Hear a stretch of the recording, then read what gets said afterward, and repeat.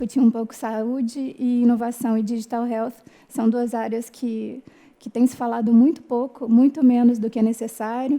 Talvez vocês percebam isso pelos meus slides. Há um distanciamento muito grande das demandas dos pacientes, das demandas da saúde no Brasil e as soluções, as novas tecnologias que têm surgindo por aí. A Fiocruz, eu não sei se todos conhecem, é a mais importante instituição de saúde do país, é reconhecida internacionalmente como uma das melhores instituições de pesquisa em saúde, e ela participa de toda a cadeia de inovação, desde a pesquisa e educação, com mais de 50 cursos de pós-graduação. A gente tem mais de 3.000 pós-doutores, somos quase 13.000 funcionários, com uma área muito forte de desenvolvimento tecnológico.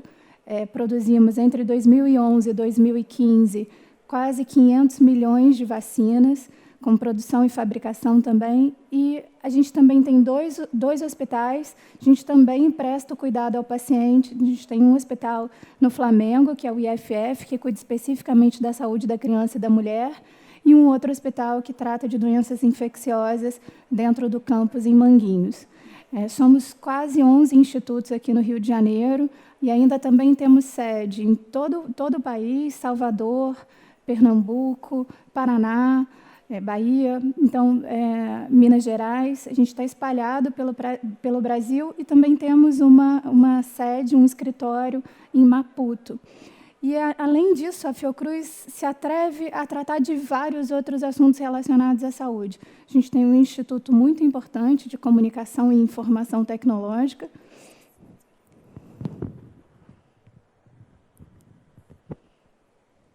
Obrigada. Um Instituto de Comunicação e Informação Tecnológica, um canal saúde. Promovemos controle de qualidade, examinamos, fazemos análises clínicas, temos 50 laboratórios de referência, enfim. Poderia passar os 15 minutos aqui falando bem da Fiocruz. Mas a gente tem um problema muito sério na saúde, e isso é muito bem ilustrado por essa imagem que saiu na Nature em 2006, e esse é um problema mundial. A pesquisa é muito bem feita, ela é muito bem formulada, muitos artigos publicados, é o que mostra o gráfico ao lado dessa ponte. Por outro lado, há inúmeros pacientes, a sociedade, pedindo soluções em saúde. Então, entre a pesquisa, o conhecimento básico e a entrega de soluções, há um grande abismo. A necessidade de tecnologias cada vez mais sofisticadas. Esse processo de inovação ele é caríssimo, ele é custoso, ele é muito demorado. A gente leva 10, 15 anos para a aprovação de uma nova molécula. É um ambiente muito regulado e a gente tem sofrido para efetivamente entregar para a sociedade um conjunto de soluções práticas na área de saúde. Então, isso fica comprovado com um número altíssimo de publicações. Vocês vejam, em 2006, quase 10.000 publicações, artigos publicados e quase 100 patentes. Não que patente seja um índice isolado de inovação, mas a patente indica que tem alguma aplicação prática. E, no mesmo sentido, o Brasil começa a importar soluções de saúde num valor altíssimo e que gera a falta de sustentabilidade do sistema de saúde no Brasil. Bom, o que a gente está vivendo hoje? Isso é 2006. Agora a situação piora na medida que a gente consegue aumentar a expectativa de vida, tem envelhecimento da sociedade, as doenças passam a ser doenças crônicas, a gente atende a 75% da população, o Ministério da Saúde, então são 190 milhões de brasileiros, apenas 25% têm acesso a operadoras de saúde, um número muito grande de judicialização, alto custo de medicamentos, isso é uma questão super importante, que várias tecnologias novas, como o Big Data, para prevenção, para predição, seriam importantes, porque a gente usa medicamentos caríssimos, que a gente não sabe efetivamente se eles funcionam e como eles funcionam. E não é por falta de estrutura jurídica. A nossa lei de inovação é de 2004, e de lá para cá, muitas leis de incentivo à pesquisa e inovação em todas as áreas foram criadas, lei do bem, leis estaduais, plano nacional. E isso significa que as instituições de ciência e pesquisa cresceram muito no número de NITs. Eram 19 NITs, que são núcleos que promovem a gestão de inovação nesses institutos de ciência e tecnologia, e passamos para 180 em 2014. Da mesma forma que aumentou muitíssimo o número de patentes depositadas, contratos de transferência de tecnologia e royalties retornados para os pesquisadores. Tudo isso aumenta, mas tem um dado que não está aí nesse slide, que é o número de patentes que foi depositada com parceria privada.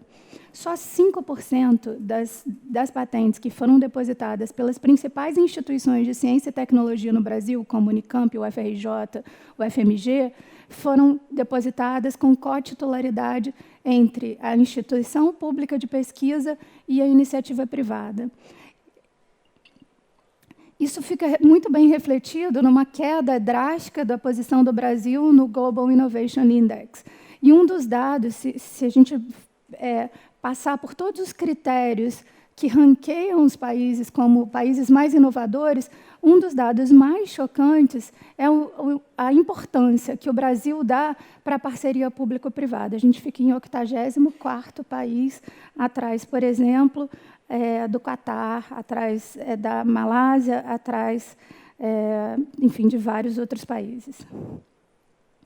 Então, como é que essas novas tecnologias, em 2006 a gente ainda não falava de internet das coisas, Big Data, Machine Learning, impressora 3D, blockchain, como essas novas tecnologias podem ser aplicadas para a saúde? Ou seja, isso é algo que vocês aqui têm muito mais conhecimento. Mas o que é importante é que haja essa aproximação dessas duas áreas para que a gente possa começar a trazer soluções que não sejam exclusivamente um chat box para medir se o paciente que tem diabetes está se sentindo um pouco melhor. Ou seja, para que a gente traga, sem desvalorizar nenhuma tecnologia, mas que a gente traga a robustez das novas tecnologias e o faça de forma sincronizada num país dessa dimensão. Então, quais são as iniciativas da Fiocruz para promover a inovação? Então, esse ano foi criado o Programa de Inovação da Fiocruz. Então, a gente tem 3 iniciativas que são muito relevantes, entre outras. A primeira é a edição de uma política de inovação da Fiocruz, com várias normativas, para aproveitar todos os benefícios da legislação. A segunda é a edição de 4 novos editais de fomento para parcerias e inovação. Então, a gente aproveitou todos os benefícios da lei. Então, como eu disse, não é uma questão de falta de segurança jurídica. Houve uma mudança na nossa Constituição Federal, vocês já sabem. E o mais importante dessa mudança da Constituição Federal foi uma mudança legislativa no sentido de dizer: interajam, público e privado, sintam-se à vontade para promover mais interações. Então, essa emenda constitucional, ela se reverteu num marco, que é o Marco da Ciência e Tecnologia, que foi regulamentado em fevereiro, e a gente tem a Lei Estadual de Inovação sendo tramitada agora para aprovação. Então, não se trata de falta de legislação. Cada instituto precisa, então, incorporar essa lei e criar uma pequena política, uma grande política, uma política de inovação que reflita quais prerrogativas eles querem usar. Então, a Fiocruz está tentando aproveitar ao máximo essas vantagens da lei, essas oportunidades da lei, ampliando o seu escopo de parcerias. Então, a gente flexibiliza as oportunidades de transferência de tecnologia daquilo que é produzido para a Fiocruz para um parceiro público ou privado. A gente incentiva o desenvolvimento conjunto, fazendo alianças estratégicas. A gente usa flexibilizações também para a importação de produtos e serviços na área tecnológica, dispensando a licitação e usando o recurso da encomenda tecnológica. E, nesse momento, a gente está redigindo o programa de incentivo ao empreendedorismo, dando bastante ênfase às startups, que são as spin-offs o empreendedorismo a partir do conhecimento gerado dentro da instituição. Então, para essas parcerias ficarem ainda mais fortes, a gente está aproveitando a vantagem de compartilhamento de laboratórios. Isso significa compartilhar todos os recursos, todos os instrumentos disponíveis, inclusive capital intelectual, usando também a cessão de imóvel e a participação, ainda que remota, porque é uma tendência, em parques e polos tecnológicos do Rio de Janeiro. E, para isso, a gente também está aproveitando as possibilidades, usando também critérios bem razoáveis de conflitos de interesse, mas deixando essas regras bem transparentes, essas possibilidades de interação do nosso corpo. Como eu disse, são quase 13 mil colaboradores muito capacitados com a iniciativa privada. Então, a Fiocruz abraça a possibilidade dos nossos servidores empreenderem, flexibiliza a jornada de trabalho, inclusive para aqueles professores ou para aqueles que têm dedicação exclusiva, admite e regulamenta quase 4 hipóteses de remuneração adicional para os servidores, ao mesmo tempo que estimula a continuidade desses sujeitos ali no ambiente produtivo. Porque um dos problemas que a gente percebe hoje é esse escape, essa saída, essa fuga dos melhores cérebros do país para oportunidades fora do Brasil. Então, além disso, a Fiocruz lançou 4 programas, 4 editais de inovação, um deles ainda em aberto, tanto para a produção de produtos e soluções mais concretas em saúde, como para a geração de ideias de uma forma geral, que possa estimular a inovação dentro da Fiocruz, e para capacitação. E todas elas, eu trago um detalhe de um edital, mas todos esses editais que estão disponíveis na página da Vice-Presidência de Inovação em Saúde da Fiocruz, todos eles têm como critério de seleção dos projetos aplicados uma ênfase muito grande naqueles projetos que têm parceiros, sobretudo na iniciativa privada, entendendo que é impossível que a gente consiga desenvolver competência interna isoladamente para trabalhar, sobretudo, com as novas tecnologias de informação e conhecimento que estão disponíveis aqui. Esse é o prédio onde eu espero trabalhar em 2019, é o Centro de Desenvolvimento Tecnológico em Saúde, ele já está um pouco mais pronto do que vocês veem aí, são 30 mil metros quadrados construídos, 30 milhões de dólares já investidos, é um prédio de alta tecnologia de ponta, tem laboratórios flexíveis, eu digo que as paredes se movem, para acomodar os projetos que vêm da iniciativa privada. O primeiro andar é todo da gestão da inovação, e o segundo andar é para trabalhar com tecnologias que a gente sente falta no desenvolvimento de novos medicamentos, como genômica, proteômica, bioinformática, etc. Então, para atender um centro desse porte, a gente criou um escritório de inovação que faz, às vezes, de um NIT, de um núcleo de informação tecnológica, mas tem uma pegada um pouco mais moderna. Vocês podem ver aí no centro. Uma das áreas mais importantes para a gente é novos modelos de negócio, a área que vai estimular parcerias, startups, abraçar inventores independentes, dar suporte para esse tipo de acordo. Bom, então, daquela ponte, da bancada, né, da pesquisa básica, da pesquisa nos laboratórios até o paciente, esse é um caminho muito longo que o CDTS pretende ajudar a construir, e uma das nossas iniciativas que a gente considera muito bem-sucedida é uma iniciativa do desenvolvimento de um teranóstico para o câncer.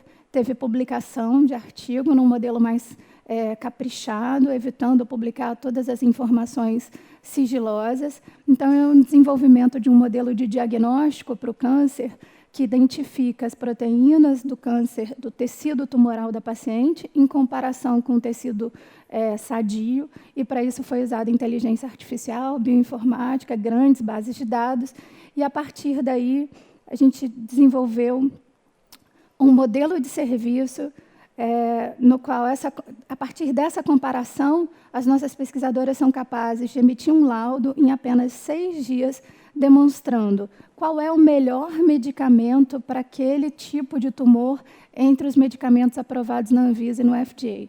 Isso significa redução de custo para o sistema público, redução de efeitos colaterais no uso de medicamentos para o câncer, a melhora no diagnóstico do médico, enfim, vários benefícios. Tudo isso foi feito com sequenciamento de RNA, e o laudo é emitido em apenas 6 dias, com custo muito baixo.